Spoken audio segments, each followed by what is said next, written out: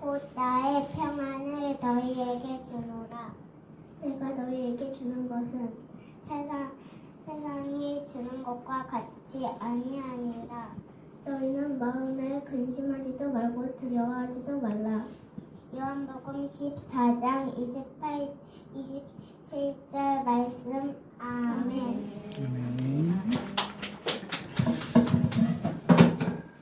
우리 옆 사람이랑 이렇게 인사해 보도록 하겠습니다. 하나님이 당신을 사랑하십니다. 자, 두 번째 인사가 더 중요합니다. 나도 당신을 사랑합니다.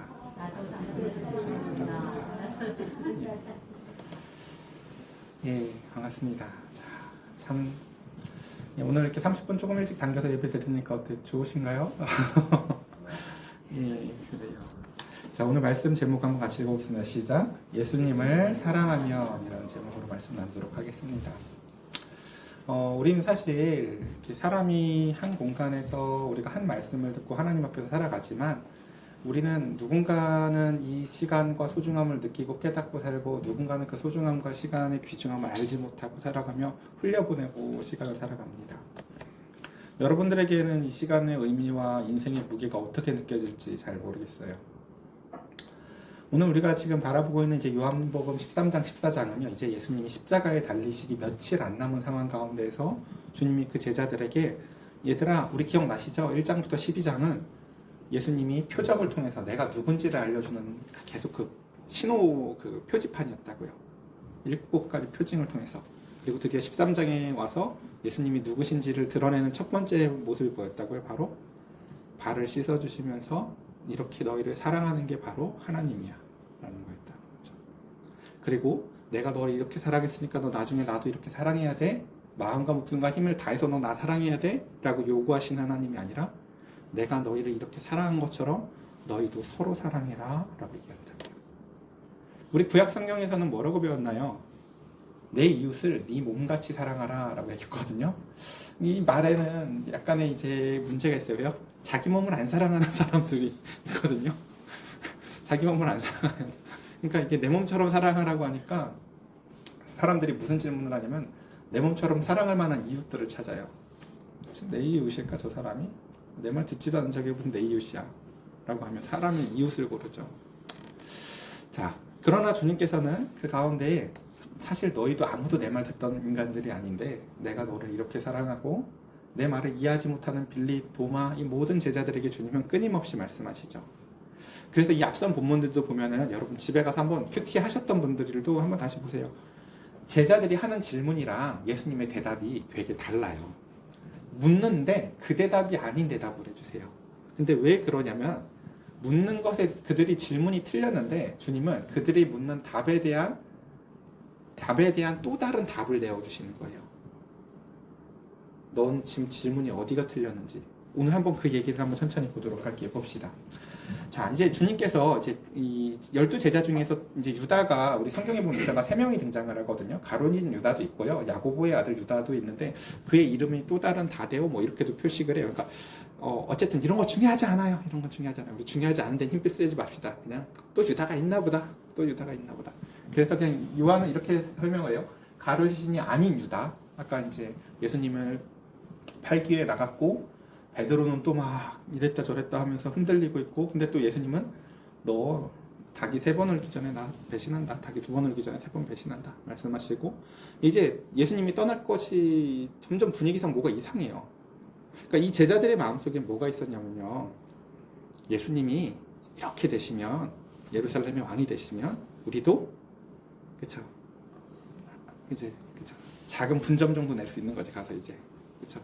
그리고 또 나만이 할 수 있는 일들이 있잖아요. 예를 들어서 가룟 유다 같은 경우는 이제 돈 이야기는 다 자기 얘기죠. 그때 어마어마하게 아무도 몰라 이거 내가 이런 것처럼. 또 변화산 멤버들은 또 자기들만 또 경험한 게 있죠. 이런 것들처럼. 근데 이제 이 예수님이 자신들의 생각과 다르게 움직이신다는 것을 판단해요. 여러분들도 교회에 와서 그런 경험이 있으실 수 있어요. 하나님 믿으면 그 가운데서 우리의 인생이 평안해지고 기쁨이 가득 넘치고 그 가운데서 모든 문제들을 해결해 주시는 능력과 파워가 넘치는 하나님을 기대했는데 그게 아니라 네가 용서해, 네가 죽어야 돼 막 이러시니까 환경은 안 옮겨주시고 그쵸? 그러니까 그 가운데서 그래서 제자 중에 하나가 이런 질문을 해요. 주여 어찌하여 자기를 우리에게는 나타내시고 세상에는 아니하시려 하나이까? 이상하다는 거예요. 예수님 보니까 능력이 기가 막히고 예수님 설교 들어보니까 기가 막힌데 나는 세상에 내 발 닦아주는 거 이런 사람 난 본 적이 없는데 이런 기똥차신 분이 야 이거 밖에 나가가지고 이거 그냥 이거 10분의 1만 해도 주님을 세상 사람들이 다 알아볼 것 같은데 왜 주님은 이걸 우리 집에서만 이렇게 하십니까? 밖에 나가서 하시면 되는데 왜 이런 질문을 하는지 알겠어요? 예수님이 밖에서 일단 안 했나? 그리고 예수님은 지금 이 질문의 맥락이 언제인지 아시겠어요? 이제 십자가를 지시기 진짜 며칠 안 남은 상황이라고요. 그러니까 주님이 말씀하시는 게 이제 조금 느껴지는 거예요. 아, 내 생각이랑 다르구나. 이거 뭐가 잘못됐구나. 주님이 지금 우리가 생각하는 것처럼 예루살렘에 들어가서 막 왕이 되시고 이 땅을 로마로부터 전복시키고 이런 게 아니구나 라고 느껴지는 거죠. 그러니까 유다가 이런 질문을 했다고요. 유다의 이 질문의 의도가 뭔지 알겠다 하시는 분 계세요 혹시? 유다가 왜 이렇게 말하는지?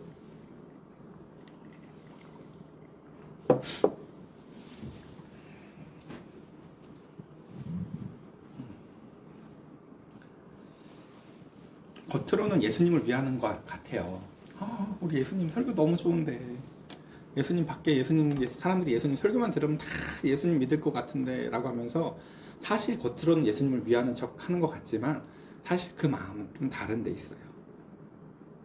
예수님이 이렇게 돼야 나도 그 밑에서 이게 있어서 내가 그거 보고 여태 따라다녔는데 지금 예수님이 뭐 여기서만 이러시다 갑자기 죽으신다고 하니 그럼 내 뭔가 이게 뭐 사람이 뭐 끝이 있어야 될 거 아니에요, 그죠? 시원이 뭐하니 너?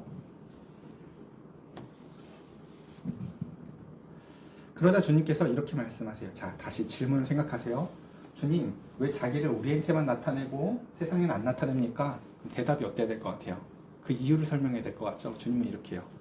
예수께서 대답하여 이르시되 사람이 나를 사랑하면 내 말을 지키리니 내 아버지께서 그를 사랑하실 것이고 우리가 그에게 가서 거처를 함께 할 거야. 자, 이 말 이해된다. 예수님의 대답이 이해가 된다 하시는 분 있어요? 왜 세상에 만들어내세요? 나를 사랑하면 이해되세요?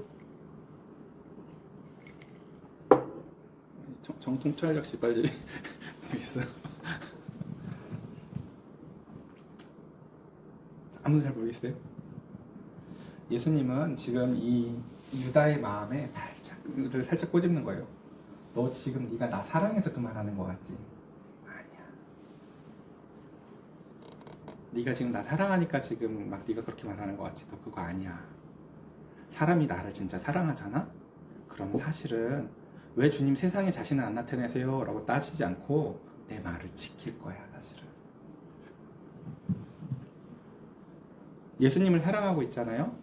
그러면 여러분 라디오 시대가 아닌 라디오는 들어봤니 너? 안 들어봤니? 라디오 돌려가지고 주파수를 맞춰요. 라디오가 주파수가 조금만 안 맞으면 엄청 찌직거려서 듣기 싫어요. 근데 라디오가 주파수가 정확히 딱 맞으면 그 맑은 소리가 정확하게 들어오거든요.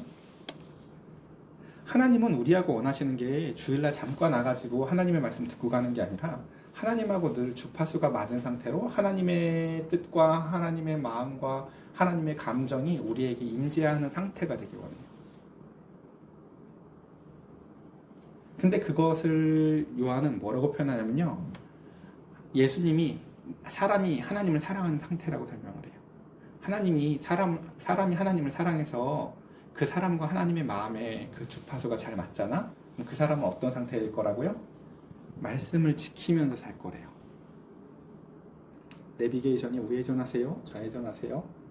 혹은 그 가운데서 방송이 끝난 시간이 됐다고 쳐봅시다. 12시에 방송이 끝났어.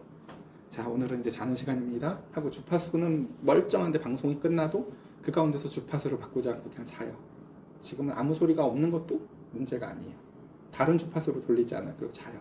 또 아침에 일어나요. 사람이 그렇게 나를 사랑하면 다시 지금 얼굴들 표정이 애매해서 다시 주님 왜 세상에 자기를 안 나타내세요? 너 그거 나 사랑해서 하는 말 같지? 아니야. 진짜 나를 사랑하잖아? 사실은 너는 그러면 내 말을 지키는 데에 더 관심이 많았을 거야. 아, 주님 십자가 지시면 안 돼요. 베드로가 예수님 사랑해서 이런 게 아니라니까. 이게 사실은 자기. 여러분, 사람이 자기 의를 버린다는 게 얼마나 어려운지 아세요? 사람은 사실 자기 의 때문에 망해요. 자기 의가 뭔지 시온이 알아요? 시온이한테 아빠가 지금 머리 묶으라고 한 3번 얘기했죠. 너 안 묶었지? 그 묶기 싫은 마음이 자기 의야. 묶으라고 말을 하는데 묶기 싫어. 이게 왜 그렇게 중요해? 자기 의의 반대말이 뭔지 아세요? 순종이에요. 내가 하기 싫어. 우린 다 자기 의가 있어요. 누구나 사람은요. 근데 하나님이 뭘 말씀하셔요. 그러면 그걸 그대로 해보고 싶은 선한 마음을 하나님이 주실 때가 있어요. 그럼 그때 그렇지 않아도 순종하고 싶어져요. 그럴 때 인간은 하나님을 사랑해서 그 응답으로 말씀에 순종을 해요. 근데 순종의 반대말은요, 불순종이 아니라 순종의 반대말은 불평이에요. 뭐를 왜 묶으라 그래? 아씨, 한 번만 말하면 되지. 2번, 3번. 어디 설교 시간까지 내 얘기를 하나요? 불평이 생기죠.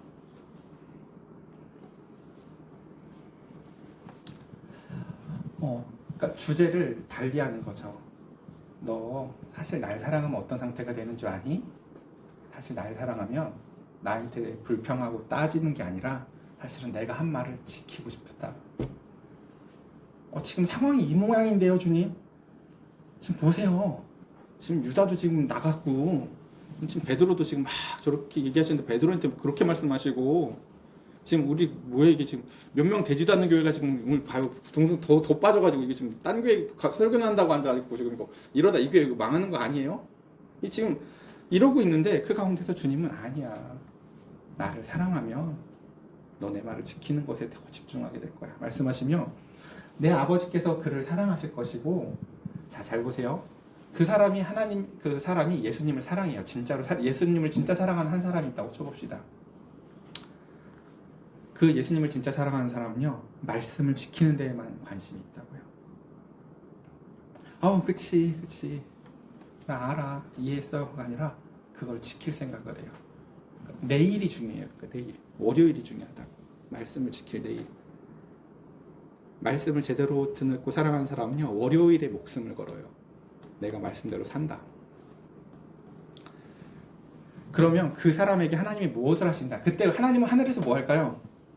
하나님은 그를 사랑해요. 야, 쟤 내 말을 순종하려고 쟤 저기서 저러고 있구나. 내가 너 너무너무 사랑스럽다. 야.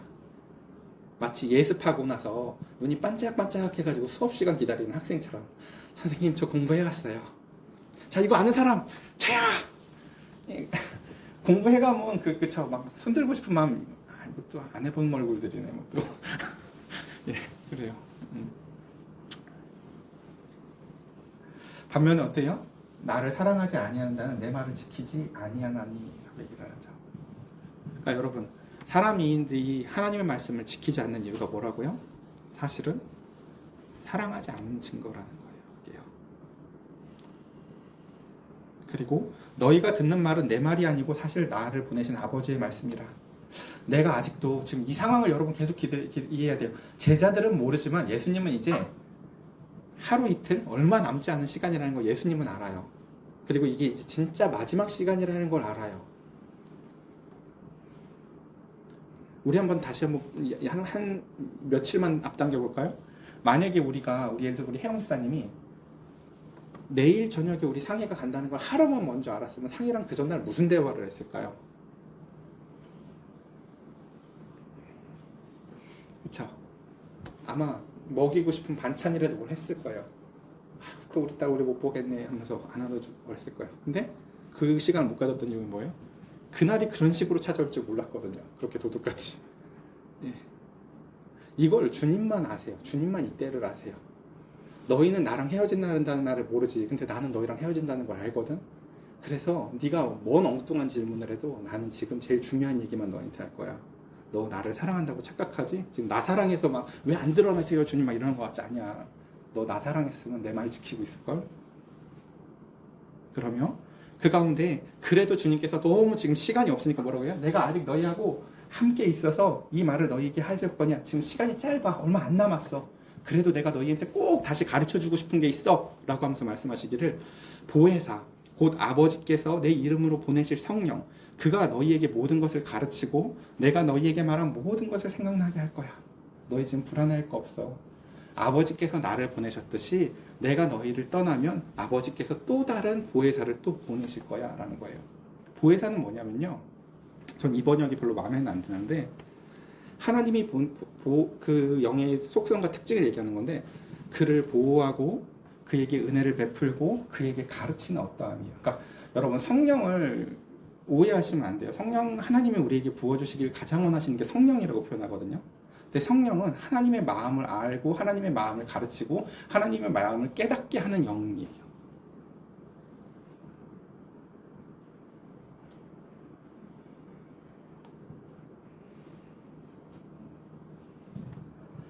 자, 다시 사랑하면 어떻게 해야 된다고요? 반드시 말씀을 지킨다.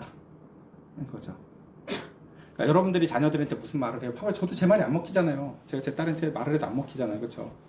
그럼 말을 듣게 만드는 게 중요해요? 아니면 제가 나를 사랑하게 만드는 게 중요해요? 그렇죠? 문제가 말을 안 듣는 게 문제가 아니라 제가 나를 사랑하지 않는 게 문제인 거예요. 이해되세요? 사람들이 왜 이렇게 하나님의 말씀을 안 들을까? 하나님의 말씀을 순종하지 않는 게 문제가 아니라요, 하나님을 사랑하지 않는 게 근원적인 문제예요. 근데 그때 하나님은 어떤 일을 하시는가 봅시다. 하나님은 이때 하나님을 사랑하는 사람이 있어요. 그리고 하나님의 말씀을 지키고 싶은 소망이 있는 사람이 있어요. 그 사람에게 하나님은 어떻게 하시냐면요, 그 성령을 통해서요, 그 영혼을 살짝 터치하세요. 그럼 성령의 손짓을 받은 사람은 마치 마른 뼈가 살아난 하나님의 나라의 군대가 되는 것처럼요, 그 영혼이 소생하고 그 마음에 모든 마음의 기쁨과 즐거움과 뜻이 깨달아지는 은총이 임해요.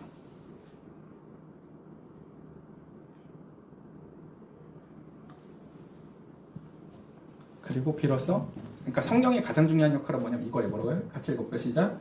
모든 것을 생각나게 하리라. 그때서야 비로소 듣기 싫게 나보고 머리 묶어라 했던 아빠의 말처럼 앞에 했던 이야기들이 원래도 모르던 말은 아니거든요. 다 알던 말이에요. 다 알던 말인데 비로소 그것들이 깨달아져요.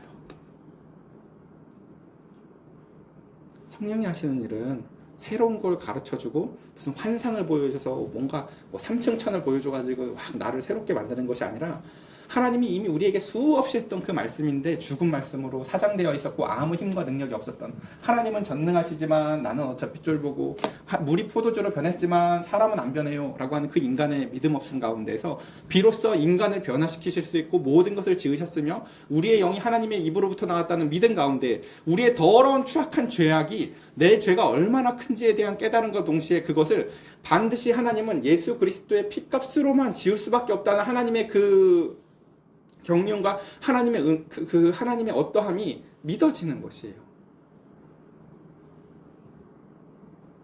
내 더러운 죄악이 믿어지세요?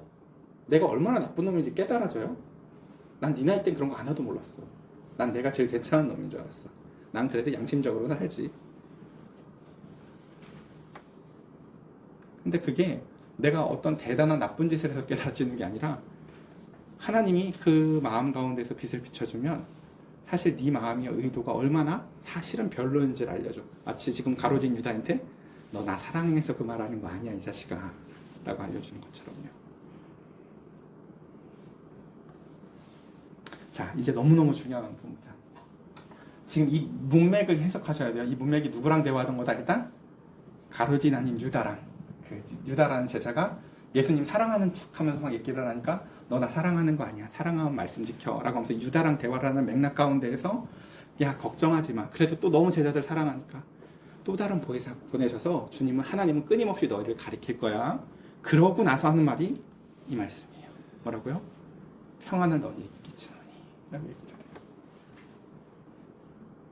진짜 누가 누굴 생각한다고. 사실 지금 제일 중요한 사람 누구예요? 예수님이죠. 십자가 누가 져요? 예수님이죠. 채찍 누가 맞아요? 예수님이죠. 누가 누구를 돌보고 누가 누구 걱정을 해야 돼요? 제자들이 예수님을 위해서 기도해야 되고 제자들이 예수님의 발을 씻어줘야 되고 제자들이 예수님을 돌봐야 될 것 같죠. 근데 뭐가 심하게 바뀌었어요. 니들은 아무것도 모르니까 내가 니들을 챙겨야지, 니들 발을 씻기고, 니들은 아무것도 모르니까 사실 누가 누구를 위해서 평안을 기도해야 돼요. 우리 예수님 사명 잘 감당하도록 해주십시오 하고 제자들이 예수님을 위해서 기도해야 돼요.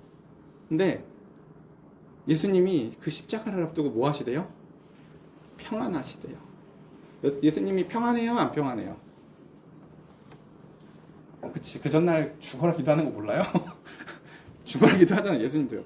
아, 하나님 나 이거 싫어. 근데 아버지 뜻대로. 예수님도 기도를 이렇게 하신다고요. 예수님이 막 채찍 맞으면서 아 우리 정진석이 죄 내가 갚았다잉 막 이러면서 우리 죄 갚으시면서 기뻐하시는 게 아니라고요. 주님도 너무 고통스러워 하신다고. 하나님과의 단절을 괴로워하시고 가장 평안할 수 없는 상태예요. 예수님이 제일 괴로운 날이 원래 여러분 아시죠? 제일 괴로운 날은 월요일 아침이 아니라 일요일 저녁인 거.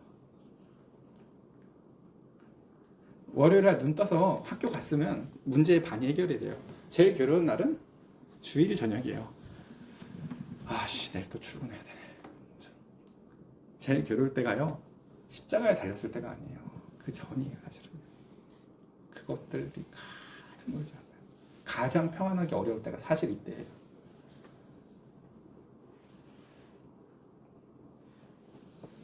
근데 주님께서 내가 평안을 너희에게 끼치노니 곧 나의 평안을 너희한테 준다 라고 말씀하세요. 누가 누구한테 뭘 준다는 말입니까? 주님은 그 상황 가운데에서 평안을 우리에게 주기를 원하신대요. 그러니까 난 제발 이 말씀을 너무 이쁜 말씀으로 막 쓰지 않았으면 좋겠어. 상황이 좋지 않아. 제발 평안하세요. 그런 거 아니라고. 죽도록 괴로운 상황 가운데에서도 아무것도 깨닫지 못하고 아무것도 알지 못하는 제자들에게 얘들아 니들이 중에 하나라도 말씀을 깨달았으면 니들이 날 챙겼을 테지만 깨닫는 놈들이 없으니 내가 너를 사랑하고 내가 너희를 또 돌보고 사실 니들이 나한테 지금 평안을 줘야 되는데 내 평안을 너희한테 줄게 라고 하면서 예수님이 도리어 그들을 챙기시는 모습이에요.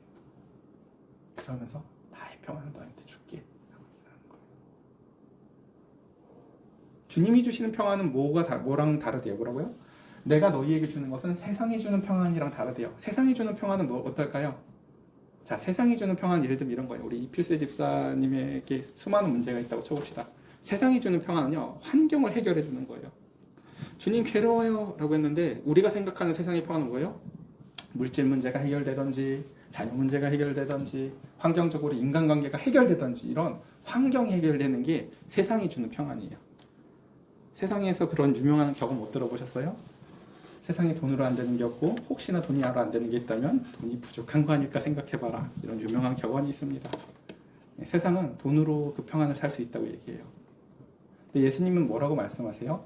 내가 주는 평안은 그 세상이 주는 평안이랑 달라 라고 층위의 다름을 얘기해요. 왜요? 여러분 지금 예수님이 이들한테 평안을 주면서 예수님이 환경적으로 변화시키는 게 있어요? 없어요? 아무것도 없어요.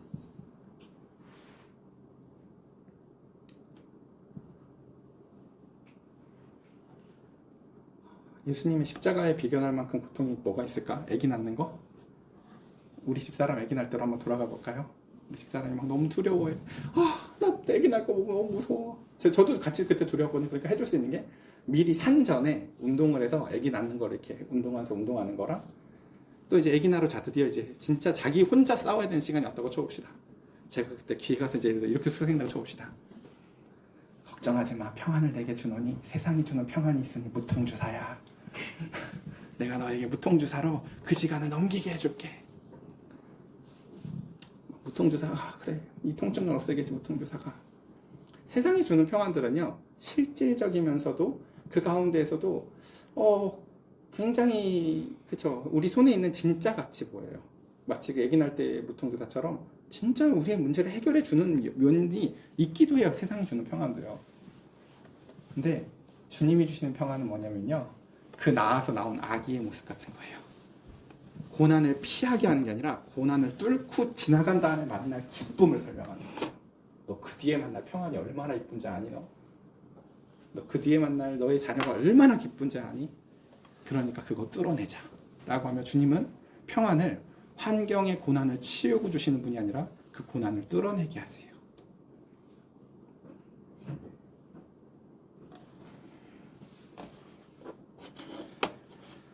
그래서 이걸 이렇게 한마디로 정의해 볼 수 있을 것 같아요. 세상 사람들은 원하는 게 이루어지는 걸 평안이라고 얘기를 한다면 하나님은 원하지 않는 상황으로 밀려가면서도 누리는 평안을 얘기해요. 자, 다시 정리해 볼게요.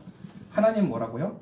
원하지 않는 상황으로 밀려가면서도 누리게 하는 게 바로 평안이다 라는 거예요. 자, 세 사람만 얘기하고 오늘 끝낼게요. 복음서의 제일 처음에 보면 한 어린 여자아이가 천사의 음성을 들어요. 너 임신할 거다. 네, 저 남자를 모르는데 너를 통해서 하나님이 큰 일을 하실 거야. 마리아가 뭐라고 대답하는지 알아요? 주의 뜻을 그냥 종이게 이루어달라고 얘기해요. 웰컴 이거 아니에요. 애가 임신한다는데 그게 뭔 웰컴이에요. 그렇죠? 그렇죠? 나는 그게 지금 나한테 이게 어떻게 감당이 될 일인지, 난 남자도 모르는 여잔데, 그리고 심지어 나는 애인데 내가 그것을 어떻게 감당할 수 있는지도 모르겠는데, 하지만 그것을 말씀하시는 분이 하나님이시니 하나님이 나에게 나쁜 것을 주실 리는 없기 때문에 내가 떠밀려 가듯 그 가운데서 순종은 하지만 제가 그것을 받아들입니다 라고 마리아가 받아들여요. 이걸 수동적인 능동이라고 얘기를 해요. 내가 어디로 갈지는 모르는데 그걸 오케이 한다는 거예요. 한 사람 더 얘기해 볼게요. 베드로가 그래요. 베드로에게 이제 이 요한복음 제일 마지막 장면이에요. 요한복음 21장에 보면 드디어 베드로가 예수님을 3번 부인하고 그래도 먹고는 살아야 되니까 다시 바닷가에 가서 와 진짜 꿈 같은 시간이었다. 신앙생활도 열심히 했던 것 같은데 내가 원래 베스트였는데 그러다가 내가 예수님을 제일 또 모른다고 이렇게 배신도 하고 여기 와서 진짜 나는 뭐지? 나는 용감한 사람인 줄 알고 말고에 귀를 벨 만큼 칼을 잘 쓰고 나는 참 용감한 사람인 줄 알았는데 그 여자의 말 하나에도 또 쫄보가 되기도 하면서 이 나를 또 예수님은 어떻게 알았지? 이거고 저거고 예수님도 십자가에서 죽으셨고 다시금 그 가운데서 익숙한 물가에 가서 실패한 그 사람에게 주님이 찾아와서 얘기하죠. 네가 날 사랑하니? 주님은 내가 실패할 것도 미리 다 알았잖아요. 주님이 아십니다. 사랑은 하는데 내 실력이 요 모양이었다는 거 주님은 아시잖아요. 그래? 또 네가 나 사랑하니? 이젠 더 이상 주님이 잘못하시는 거예요 하고 이렇게 나대지 않아요. 주님이 더 잘 아시잖아요. 전 잘 몰라요. 주님이 아십니다. 이렇게 3번 얘기하니까 예수님이 뭐라고 얘기해요? 젊었을 때는 인생이 네가 가고 싶은 대로 막 가졌지. 네 말년은 사람들한테 끌려다닐 거거든. 근데 그게 복이야.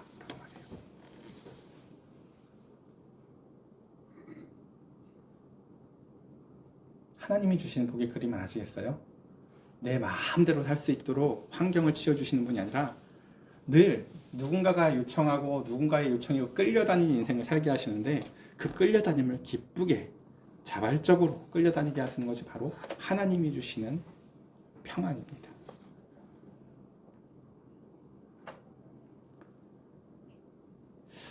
이따 이제 저 모르는 교회 가서 설교하잖아요. 그 교회 연령대가 높거든요. 그리고 밥 먹고 나서야 졸릴 거 아니야. 그렇죠?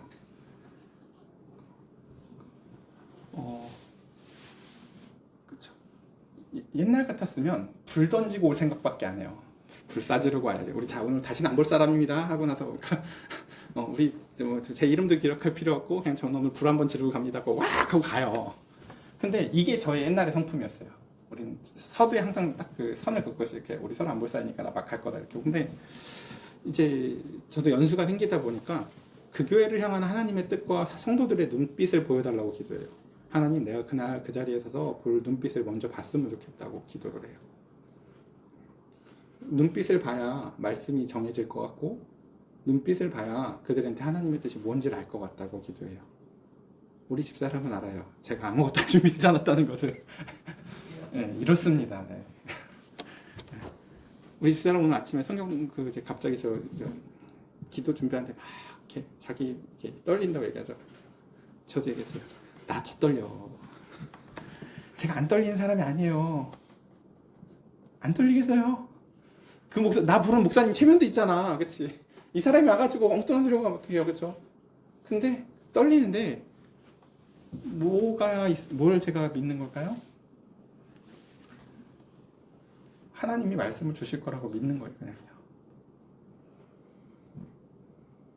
그리고 그 자리에 섰을 때 내 머릿속에 원고는 없지만 그 사람들을 향한 하나님의 마음만 정확하게 주파수가 맞아서 읽어지면 그 뒤로는 원고 없어도 설교하는 게 안 어려워요. 그냥 충분히 그들의 눈을 바라보고 하나님의 마음만 전해주고 오면 대부분 돼요. 오늘 말씀은 이제 우리 정리를 해봅시다. 우리가 너무 잘 알던 말씀, 그쵸? 우리 평안이 날 때, 예, 하나님이 우리 지선이한테 지금 말씀 주셨대요. 기억나시죠? 이렇게 애기 이름 제가 평안이라고 짓겠다고 했을 때 사람들이 진짜 반대를 진짜 많이 했거든요. 그러니까 나한테 반대를 못하고 저 사람한테 반대를 하는 거죠. 어떻게 좀 해봐라. 애 인생 망치려고 그러냐. 그렇죠. 근데 그래서 저 사람도 막 흔들리는데 애기 낳고 나서 병원에서 잠들어 있는데, 예, 그렇죠. 갑자기 하나님이 사자 같은 뭔가가 지선이에게 나타나서 저 아이의 마음을, 지선이의 마음을 두려움으로 휩싸으시고 그 가운데서 자기는 이 말씀이 여기 있는지도 모르는데 펴봤더니 이 말씀이 있대요. 그래서 하나님이 주신 말씀을 펴봤더니 거기에 이 말씀이 있더래요. 그래서 알았다고 평안이로 하자고 이름. 네, 그렇죠. 그때 이 말을 해주고 싶었어요. 그 평안이란 이름이 그렇게 아름답고 이쁜 이름이 사실은 아니다. 정황이. 우리 평안이니까 평안하게 살았으면 좋겠다. 이렇게 준 이름이 아니라니까. 평안하지 않은 상황에서 그 고난을 뚫고 지나갈 힘을 하나님이 부어주실 것을 믿고 나는 그 뒤에 평안이 보여 하는 거예요. 이걸 그래서 시편에서 다윗은 시편 23편에 뭐라고 고백했는지 아세요? 시편 23편 4절에 내가 사망의 음침한 골짜기 같은 고난의 상황이 있어도 해를 두려워하지 않는데요. 이상하게 평안이 없어야 되잖아. 근데 이 사람이 평안해. 왜 해를 두려워하지 않을까요? 주께서 나와 함께 하심을 믿기 때문에 그래요. 평안의 이유가 다른 데 있지 않아요. 환경에 있지 않아요.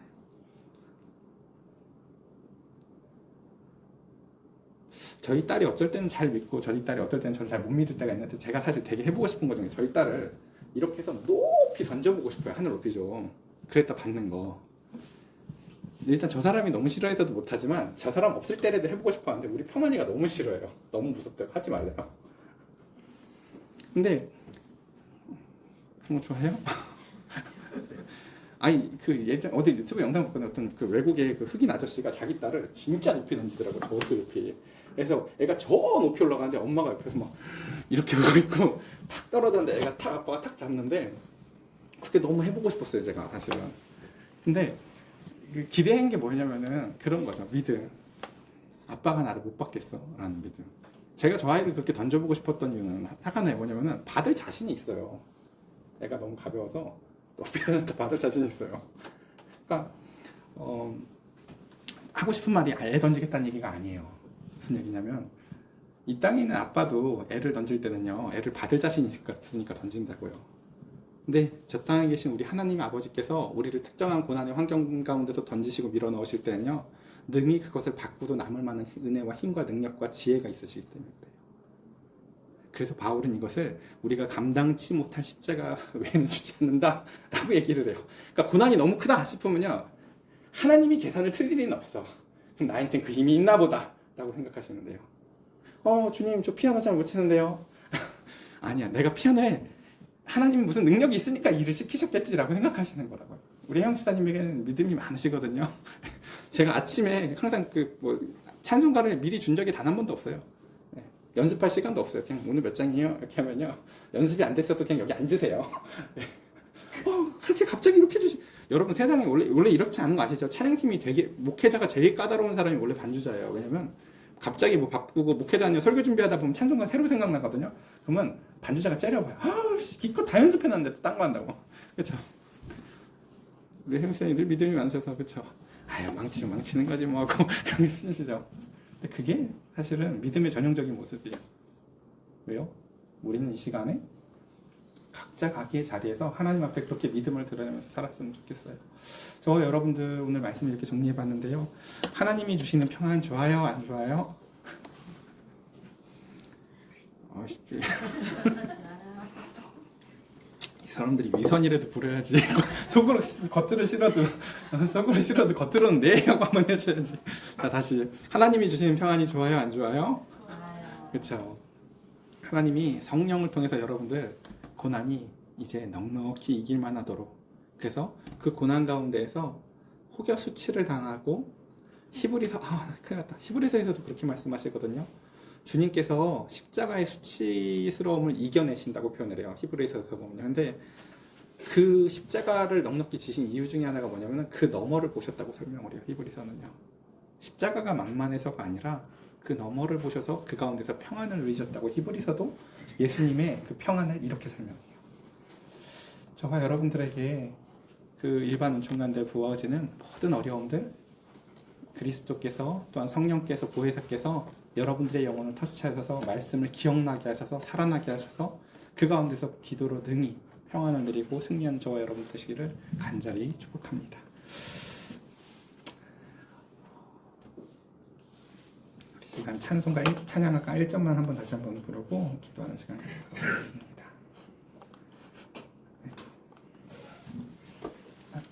이 찬양 우리 다 아실 찬양일 것 같은데.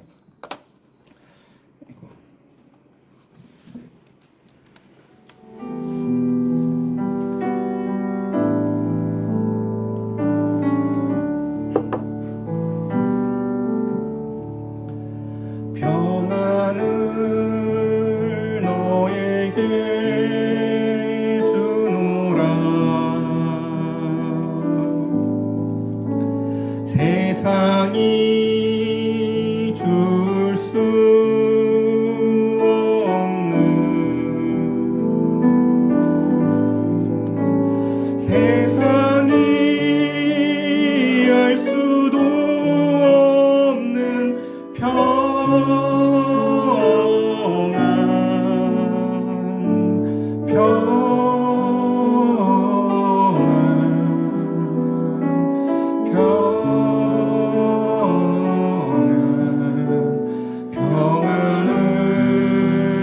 너에게 주노라. 다시 한번 고백할까요? 사랑을 너에게 주노라. 세상이 줄 수 없는, 세상이 알 수도 없는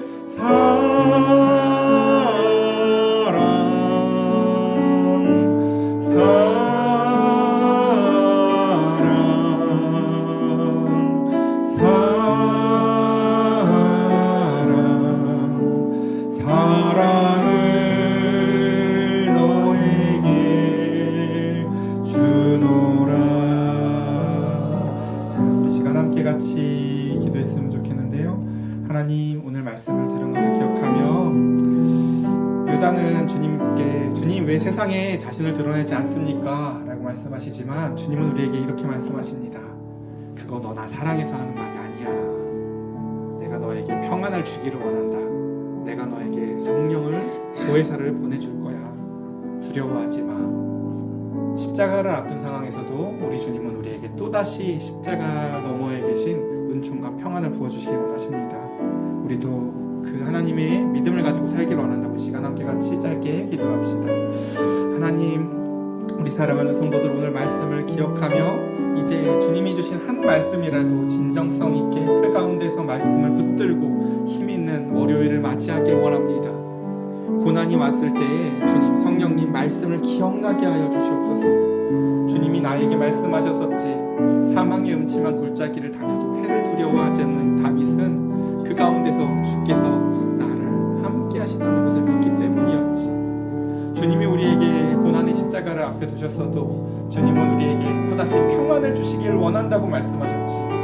내가 너에게 가르쳐 줄 거라고 말씀하셨고 기억나게 할 거라고 말씀하셨지. 주님, 우리 사랑하는 성도들 그와 같은 믿음으로 살게 하여 주시옵소서. 세상이 설명할 수 없는 믿음으로 살아나가는 우리 사랑하는 성도들 되게 하여 주시옵소서. 주님, 하나님 아버지의 마음이 느껴지고 하나님의 눈빛이 보여지고 그 가운데서 주님과 주파수가 맞아서 주님의 말씀이 잡음 없이 깨끗하게 들려져서 주님의 말씀에 순종하며 살아나가는 우리 사랑하는 성도들 되게 하여 주시옵소서.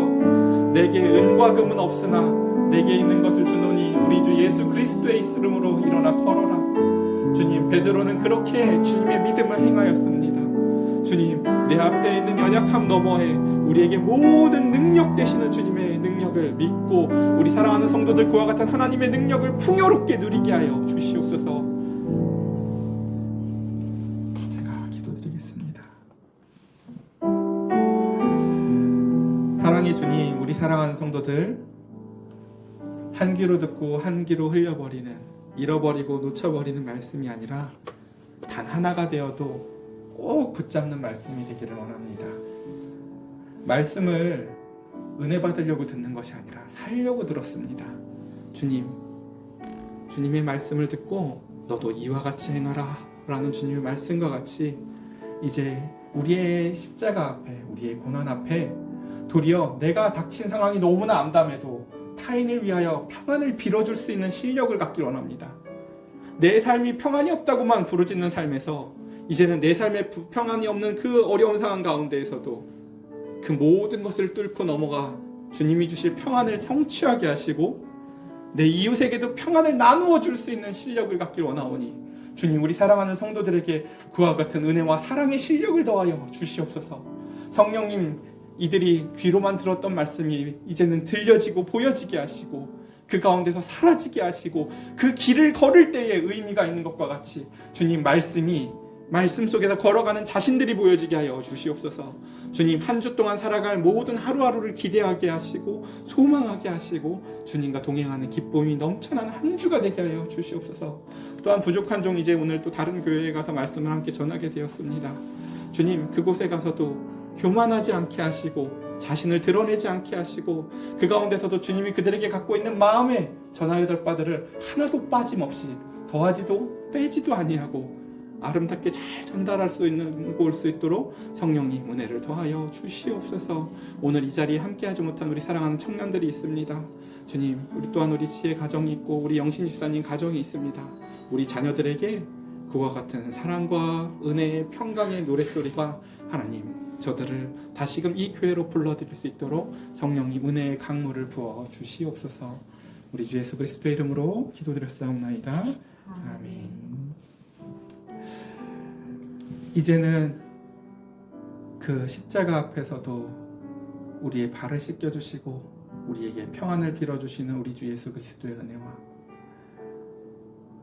고난 너머에 아버지의 큰 팔을 벌려 내게로 다가오라, 나를 믿고 뛰어라 라고 우리에게 팔 벌려 안으시는 우리 주 아버지 하나님의 그 넓으신 팔이 오늘 말씀을 기억하고 또한 삶의 정황 가운데서 성령의 그 우리를 만지신 가운데서 말씀을 기억나게 하심이 저들의 삶 가운데서 성령이 내주하시고 역사함이 이제로부터 영원토록 저들의 신앙생활 가운데에 충만히 함께할지어다.